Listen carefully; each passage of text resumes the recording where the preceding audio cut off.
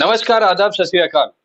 इस वक़्त मैं मौजूद हूँ अज़ीज़ुल ख़ान साहब के घर पर, अज़ीज़ुल हसन साहब के घर पर जो एक व्यवसाय करते हैं गोरखपुर के अंदर, उनका ग्लास का व्यवसाय है।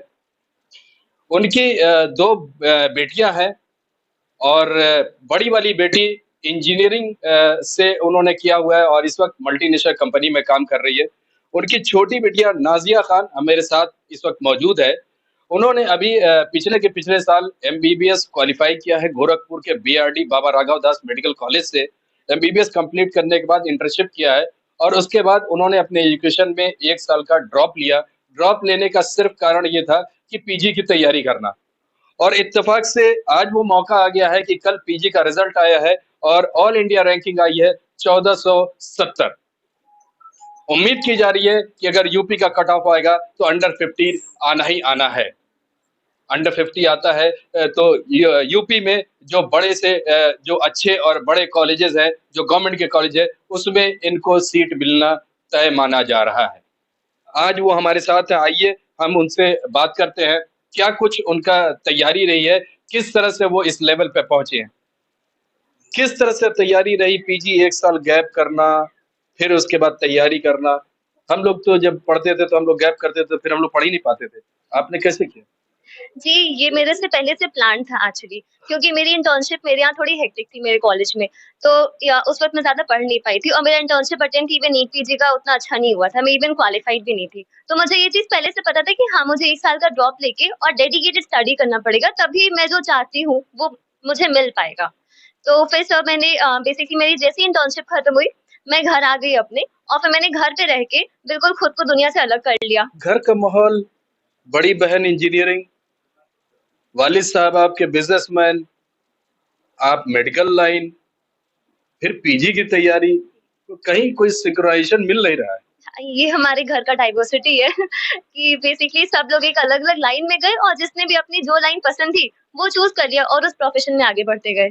तो कैसे डेडिकेट कैसे किया, कैसे कंसंट्रेट किया कि पीजी के लिए?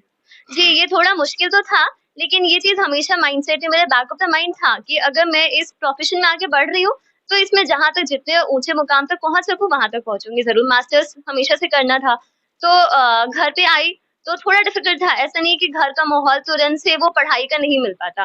तो घर में भी सबको समझाया कि देखिए मुझे 8 से 10 घंटे लगातार पढ़ाई करनी है, आप सबको भी ऐसा माहौल बना के रखना है और लकीली मेरे घर में ऐसा है कि सब मेरी पढ़ाई को लेके बहुत सीरियस है।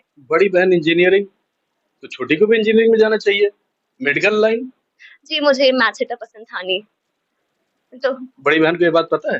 हाँ जी, पता है। कुछ कही नहीं वो? नहीं, उन्होंने कुछ नहीं कहा। उन्होंने बोला जो तुम्हें मन मेरे मम्मी-पापा, बहन सब शुरुआत से ऐसे ही थे, जो तुम्हारा मन, जो तुम्हें पढ़ना है वो तुम पढ़ो। यहाँ पे जो आपने तैयारी की, आप घर पे रह के, किसने गाइड किया आपको ऑफलाइन या ऑनलाइन किसने गाइड किया? इसमें मेरे कॉलेज के सीनियर्स का हाथ रहा है बेसिकली। मेरे कॉलेज में बहुत अच्छे बॉन्ड्स बने जब मैं कॉलेज में गई और मेरे कॉलेज के सीनियर्स ने भी ऐसे तैयारी किया और वो भी आज एक बहुत अच्छे कॉलेजेस में ही है, सब के सब। तो उन लोगों से मैंने हमेशा गाइडेंस लिया, हमेशा टिप्स एंड ट्रिक्स लिए कि क्या करना चाहिए, क्या नहीं। तो उन लोगों ने मुझे बताया कि ऑनलाइन ऐप्स है, तुम घर पे रहो और घर पे रह के जो माहौल मिलता है पढ़ाई का और जो आराम मिलता है, उस आराम और पेरेंट्स के सपोर्ट के साथ क्योंकि ये बहुत टफ जर्नी होती है और बहुत ही लोनली जर्नी होती है बेसिकली। तो यहाँ पे फैमिली का सपोर्ट, पेरेंट्स का सपोर्ट बहुत मायने रखता है। एक बहुत पर्सनल सवाल, फेसबुक, इंस्टा, व्हाट्सएप जी। बाधा नहीं पड़ा बीच में? जी, बाधा था तो मैंने डे 1 से जिस दिन से मैंने सोचा था कि मुझे घर पे रह के तैयारी करनी है और मुझे 1 साल अपना डेडिकेटेड देना है, उस दिन से मैंने अपना फेसबुक, इंस्टाग्राम सब कुछ बंद कर दिया था। मैं सिर्फ़ व्हाट्सऐप पे भी एक्टिव थी तो मेरी किसी से बात नहीं होती थी। बस 1-2 क्लोज़ दोस्त थे जिनसे कभी-कभी बात होती थी। अदरवाइज़ 1 साल तक मैंने किसी कुछ भी नहीं चलाया। एक बहुत महत्वपूर्ण सवाल, बड़ा सोच करके दिल पे हाथ रख के जवाब दीजिएगा। जिस मकाम पे आज आप पहुँची हैं, डेडिकेट किसको करेंगे? मेरे पापा को और मेरी मम्मी को। पापा तो यहाँ पर बड़े भावुक हुए हैं। क्या कहना चाहेंगे? आज जिस मुकाम पे पहुँची है वो तो खुशी का ठिकाना नहीं है। हम लोग तो एक गाँव से बिलॉन्ग करते हैं, गाँव से आके शहर में बसे, फिर वो जर्नी हमारे लिए तो बहुत ही मुश्किल था। आज तो खुशी की बात है तो आप क्यों इतने उदास और आंसू बह रहे हैं? ये खुशी के आँसू हैं सर, चूँकि इसके हाई स्कूल में इतनी मार्क्स आए थे डिसीज़न लेना हमारे लिए बड़ा मुश्किल हो गया था कि कौन-सी लाइन चुना जाए। तो बस ऐसे ही एक दिमाग में आया चलो एक इंजीनियर, एक डॉक्टर बन जाए और कुछ ऐसा था ही नहीं कि ये इस मुकाम पे पहुँच पाएगी। बचपन में बदमाशी तो करती थी? लगा लगा था कि ये यहाँ तक पहुँचेगी? हाँ जी, बहुत ज़्यादा मतलब इंटेलिजेंट थी और मैं बदमाशी में भी बहुत ज़्यादा नंबर 1 थी एकदम।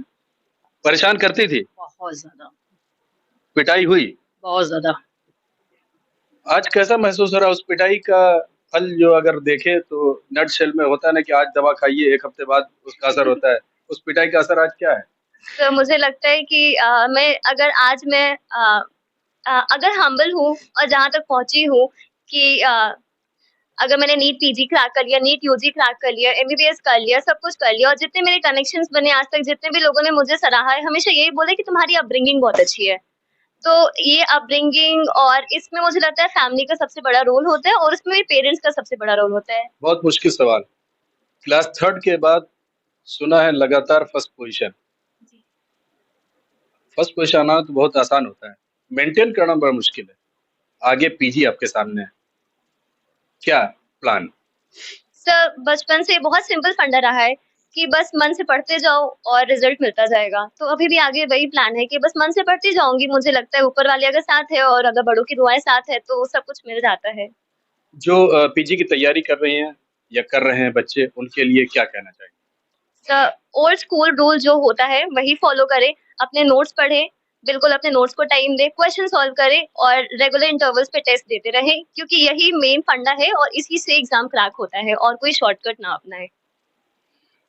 तो और कोई शॉर्टकट ना अपनाएं। हरबंश राय बच्चन की वो यहाँ पर लाइन चरितार्थ होती नजर आ रही है कि कोशिश करने वालों की हार नहीं होती, लहरों से डर कर नौका पार नहीं होती। आज नाजिया हसन ने इस परिवार का नाम रोशन किया है। परिवार क्या, इस मोहल्ले का नाम रोशन किया है, इस पूर्वांचल का नाम रोशन किया है और आने वाले दिनों में इसी तरह से ये तरक्की करते रहेंगे और नाम रोशन करते रहेंगे।